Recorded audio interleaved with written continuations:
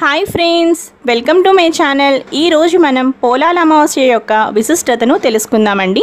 ఈ పోలాల అమావాస్య వ్రతం ముఖ్యంగా సంతానం కోసం చేస్తూ ఉంటారు. అలాగే తన సంతానం చక్కగా అభివృద్ధి చెందాలని ప్రతి పెళ్ళైన వారు కూడా, ఆడవారందరూ కూడా చేస్తూ ఉంటారు. ముందు ముఖ్యంగా పోలాల అమావాస్యలో మనం చేయవలసిన పూజ ఏంటి అంటే కంద మొక్క, బచ్చల మొక్కకి పూజ చేయాలండి.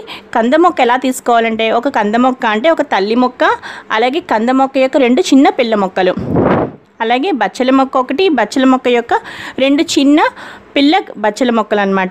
ఇలా తీసుకోవాలండి.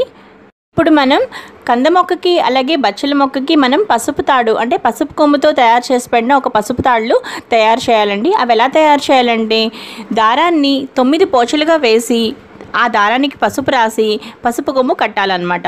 ఇలా మీరు అమ్మవారికి అంటే కంద మొక్కకి అలాగే బచ్చల మొక్కలకి అంటే మొత్తం అన్నిటికీ కలిపి ఒక 2 తీసుకోవాలండి. అలాగే పూజ ఎవరైతే చేసుకుంటున్నారో వాళ్ళు కూడా తయారు చేసుకోవాలి. అలాగే ఇంట్లో ఆడపిల్లలు ఉంటే తప్పనిసరిగా వాళ్ళకి కూడా కట్టాలి అండి.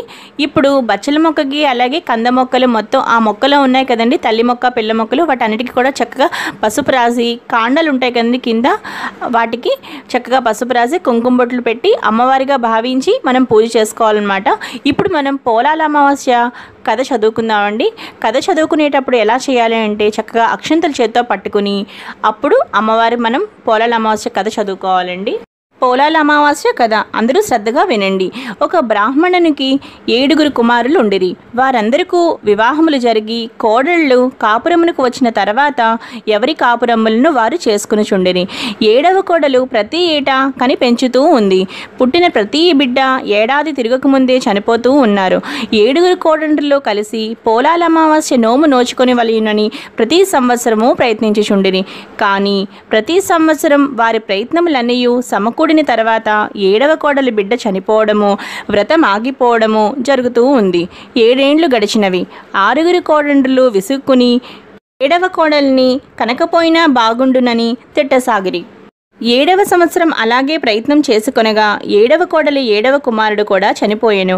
అప్పుడు ఆ తల్లి ఈ విషయం బయటకి చెప్పకుండా చనిపోయిన కుమారుని చాపలో చుట్టుపెట్టి తాను కూడా మిగిలిన వారితో పాటు వ్రతం చేసుకుని చీకటి పడిన తరువాత బిడ్డ శవమును ఎత్తుకుని పోయి ఊరి వెలుపలి ఉన్న దుర్గాలయం నందు ఉంచుకుని ఏడ్చుచుండగా దేవి ప్రత్యక్షమై, కుమారి శోకింపకము, ఈ అక్షతలు తీసుకుని పోయి నీ కుమారులను పాతిపెట్టిన చోట చల్లుము, వారు తిరిగి బ్రతికెదరని చెప్పి కొన్ని అక్షతలు ఇచ్చి అచ్చటనున్న కుమారుని బ్రతికించెను.